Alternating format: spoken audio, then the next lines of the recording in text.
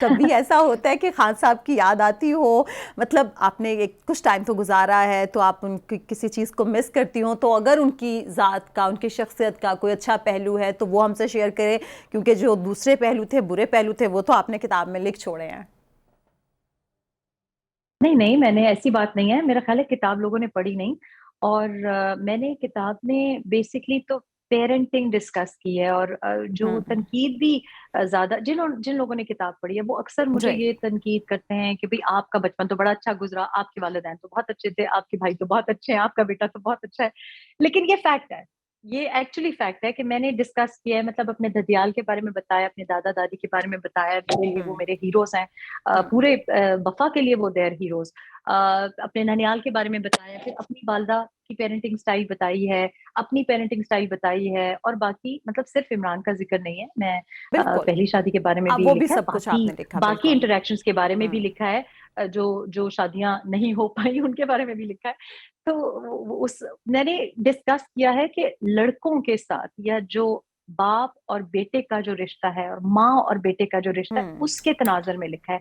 और इमरान की भी जो ठीक। बातें लिखी है उसी तनाजर में लिखी है, बिकॉज मैं समझती हूँ कि जो भी सोसाइटी में आगे जाके जो मसाइल होते हैं हम्म। मर्दों के साथ, जो हमारे एतराजात होते हैं, वो आप घर से कुछ बचपन में आपने महसूस किया होता है या एक्सपीरियंस किया होता है, जिसकी वजह से आप बनते हो।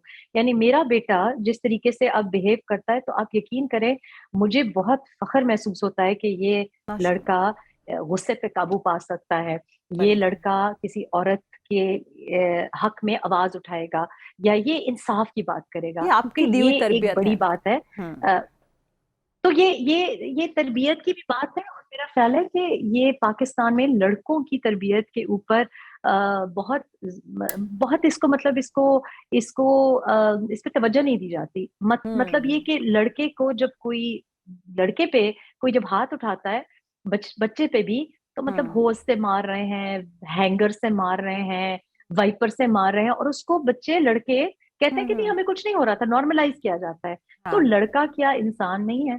बिल्कुल। मर्द क्या इंसान नहीं? बिल्कुल। फिर आप सोचते हैं कि उसको जब कभी आपने इंसान का दर्जा ही नहीं दिया, जब उसे आपने सख्त लहजे में बात की है, जब आपने हम्म। उससे नरमी नहीं दिखाई, जब आपने उसको गले से नहीं लगाया, तो फिर जब वो हम्म। जवान हो जाता है और वो बड़ा मर्द बन जाता है, फिर आप सोचते हम्म। हैं कि ये क्यों, ऐसा क्यों है, इतना बेहिस क्यों है? इसलिए क्योंकि आपने हम्म। बचपन में उसके साथ बेहिसी दिखाई है।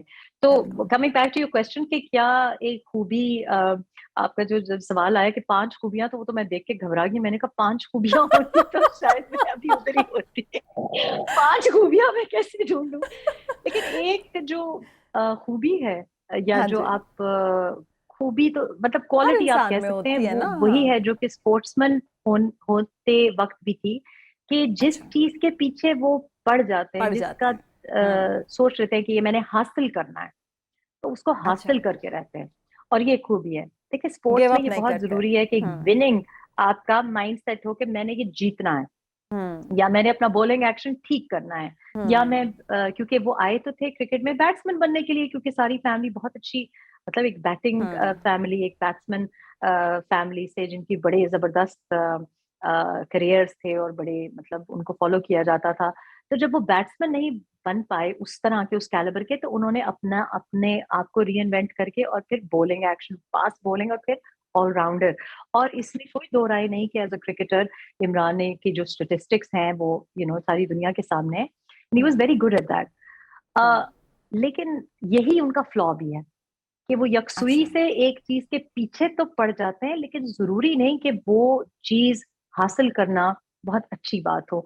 तो क्रिकेट में तो जीतना, नहीं। मैच जीतना, ये तो अच्छी बात है, मुल्क के लिए भी अच्छी चीज है। हम्म। लेकिन जब आप किसी चीज के पीछे इस तरह पड़ जाएं कि उसके लिए कुछ भी कुर्बान कर दें हासिल करने के लिए, तो ये आपका फ्लॉ भी बन जाता है।